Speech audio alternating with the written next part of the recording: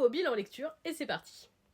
On commence chez Hachette Heroes avec le roman L'Histoire de la Bête. Je rappelle une fois de plus que l'édition est absolument magnifique. C'est la suite de Miroir Miroir, donc un second tome. On y voit ici l'histoire de la bête et comment il est devenu une bête tout simplement.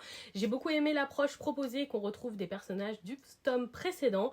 J'ai quand même préféré l'histoire de la bête dans le Twisted Tales Histoire éternelle qui est aussi édité chez Hachette Heroes parce que c'était un peu plus original, mais ce titre correspond parfaitement au film et on nous propose quelque chose de très logique. J'ai particulièrement aimé le traitement du personnage de Gaston, c'est quand même une incroyable lecture, j'ai adoré et j'ai hâte de lire la suite.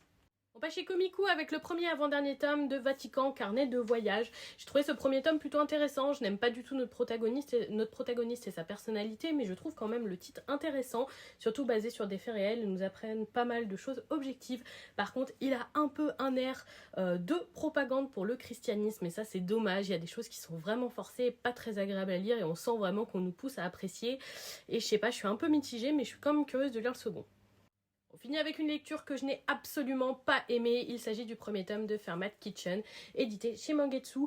C'est trop dommage parce que c'est l'auteur d'Awashi, donc je partais hyper positive, mais il a écrit un manga sur la cuisine sans rien y connaître. C'est écrit n'importe quoi, je l'ai même pas fini.